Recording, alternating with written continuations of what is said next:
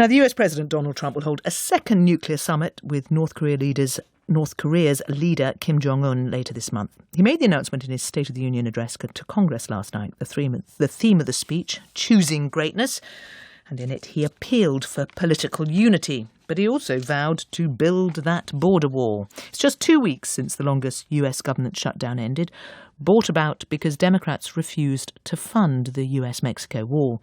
And with the US government just days away from yet another shutdown, the president asked for both sides to find solutions. Together we can break decades of political stalemate. We can bridge old divisions, heal old wounds, build new coalitions, forge new solutions, and unlock the extraordinary promise of America's future. The decision is ours to make. We must choose between greatness or gridlock, results or resistance, vision or vengeance, incredible progress or pointless destruction. Well, let's hear from two of those who were following the president's speech with particular interest. One, the journalist Frances Stead Sellers is from the Washington Post. Mica Mosbacher is a Republican strategist, and she sits on the Trump 2020 advisory board for the next election. Hello to you both. Hello. Good afternoon. Now, Frances Stead Sellers, what did you make of it as you watched it? Well, I think here we did see Trump, and will be interesting to hear from Mica, looking ahead to 2020. He sounded many of the themes that we've heard about before, the threat of immigration, the evil of abortion. He boasted about the booming economy. And these are all issues that play very strongly to his base, the base that brought him to the presidency in 2016. And, of course, he hopes will help him in 2020. It was also an event that showed us the very different optics of Washington today. The Democratic women notably came dressed in white, an apparent celebration of 100 years of the vote for women. But also there is a kind of visual rebuttal. They rose when they wanted to. They sat down at other moments. And they had Nancy Pelosi sitting behind Trump where he could not see her, almost acting as a conductor, leading the moments for them to stand, sitting down at other moments. It was visually a very dramatic evening in a way that many of the other messages were expected, not particularly revelatory. Mica Mosbacher, were you surprised by what you heard? Absolutely not. I expected him to give a very stirring, statesman-like message, and I love the fact that he outlined America's greatness, starting with defining moments in history, including when the United States helped free Europe during World War II. Speaking of the Democratic women, I thought it was extremely gracious of him to acknowledge the record number of women that had been elected to Congress.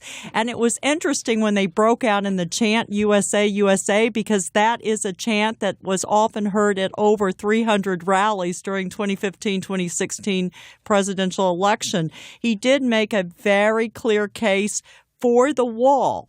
But this time he did not give an ultimatum. Notice that he did not mention the $5.7 million price tag, leaving it up to Congress to do its job and to come together and put aside ridiculous partisan investigations. And I think he painted the Dems in a corner because I think that they have looked intransigent. And I also feel like that at this point they need to appear to be putting people first, not last. Now, Frances Stead Sellers, you're coming from an independent point of view rather than from the Democrats. But is that true that the Democrats have been painted into a corner? Absolutely. Well, I would say that Pelosi has come out of the last few weeks looking victorious. She created a sense of unity. Again, a lot of this is optics. If you look back at her standing with Chuck Schumer at a podium, acting sort of like chiding parents with Trump talking about his intransigency about the wall. She again posed behind him, leading a sense of unity with all the other Democrats working with her.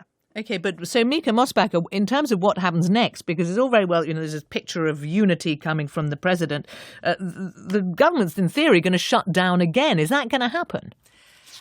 I am cautiously optimistic that the conference committee will come together because there are a number of issues that they do agree on, especially the $800 million humanitarian aid for medical supplies and other humanitarian needs across the border. Okay, but what about funding for the wall? You make the point. It's very interesting. You make the point that he didn't talk about money. Is he going to drop that? I mean, where is the movement from President Trump on this? He's waiting for a counteroffer. He's the art of the deal president, and that signals that there is some room for negotiation. Notice that he doesn't always call the barrier a wall. We've been in a sort of semantic arguments over the last 35 days.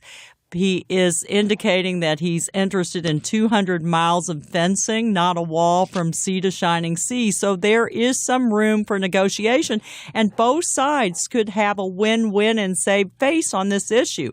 Americans do not want another shutdown. Okay, Francis Steeds.